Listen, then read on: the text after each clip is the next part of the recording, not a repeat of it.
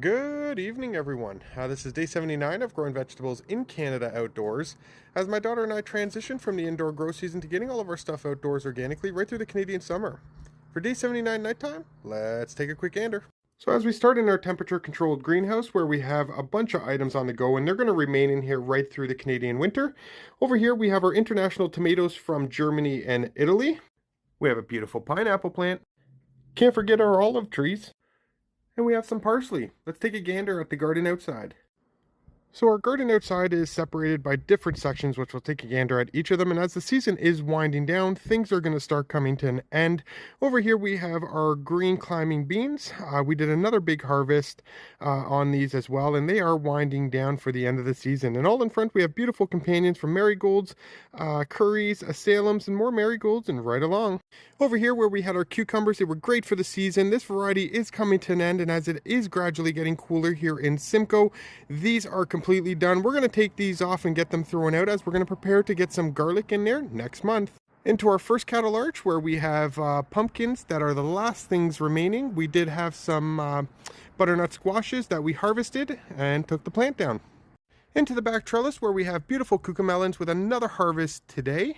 And into our second cattle arch where we have more cucamelons, which we harvested as well off of. And right beside it, we have beautiful loofah gourds with a bunch of loofahs all over the plant. Looking great. Over to this part of the garden where we have some corn and Jamaican callaloo. The corn is done for the season and the callaloo still needs another harvesting. If you are planting one or the other, they are excellent companions together, so you should plant them both. Over to our next section where we have our potatoes, and a good way to know when your potatoes are ready for harvesting is when the plant completely dies out. You can dig up the soil and reap your potatoes. Into our last cattle arch where we have our beautiful cantaloupes as well as some black diamond watermelons. Into our tomato section of the garden where we have a bunch of different varieties of tomatoes. We did another great harvest off of them, and such a beautiful big tomato as they're gradually now starting to change color. And over here again we have some more cherry tomatoes, and all in underneath them we have some onions, which are excellent companions with tomatoes just like your basil, and they're great pest controllers in the garden. Over to our pepper section where we have some chilies. Onto our Carolina reapers with some beautiful reapers all over the plant.